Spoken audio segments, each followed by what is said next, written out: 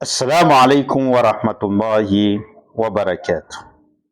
Raha vao milentika ny masoandro amin'ity asabotsy ity dia miditra ny alina voalohany amin'ny volana masina Rajab, satria ny alina mialoha lalana ny atoandro raha ny finoana Islamo no jerena.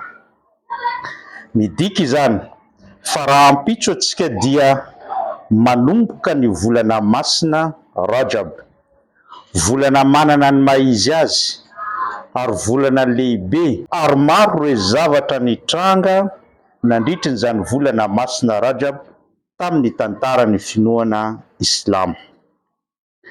Iray amin'izany dia ny Laylatul Isra'i wal Mi'raj, izany hoe ny voyage spécial nataony mpaminany sallallahu alayhi wa sallam niakatra tany an-danitra nandeha naka ny soala indimy isan'andro.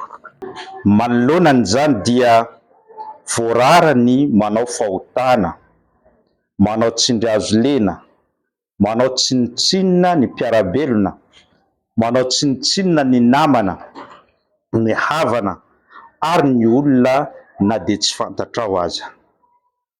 Satria rehefa manao fahotana anao mandritra ny volana masina indrindra ny Rajab dia ampitomboiny Allah 2 avo eny, 3 avo eny, 4 avo eny ny fahotana izay nataonao nandritran'izany, ary tahakan'izany koa ny sazy izay ho azonao.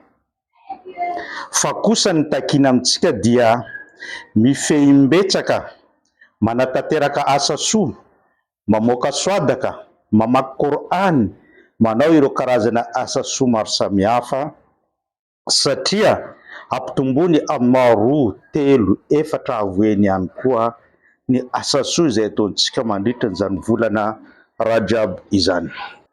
Araky ny voarakitra ao amin'ny tantara sy voarakitra amin'ny hadith fa rehefa miditra tahaka izao ny volana masina Rajab dia tsy mitsahatra mpaminany sallallahu alayhi wa sallam mamerimberina ilay doa manao hoe Allahumma barik lana fi Rajab wa Sha'ban wa ballighna Ramadan, izay midika manao hoe Tompo Allah, fenoy fahasoavana ny androm-piainanay mandritra ny volana Rajab sy ny volana Sha'ban, ary ome tombonandro zahay ahatratra ny volana Ramadan.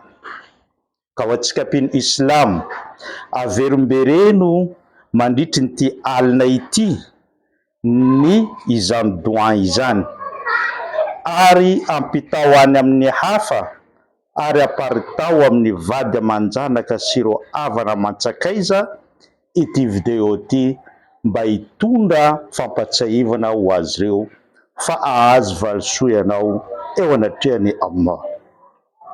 Zay no fampatsiahivana kely no entintsika tamin'ity androany ity.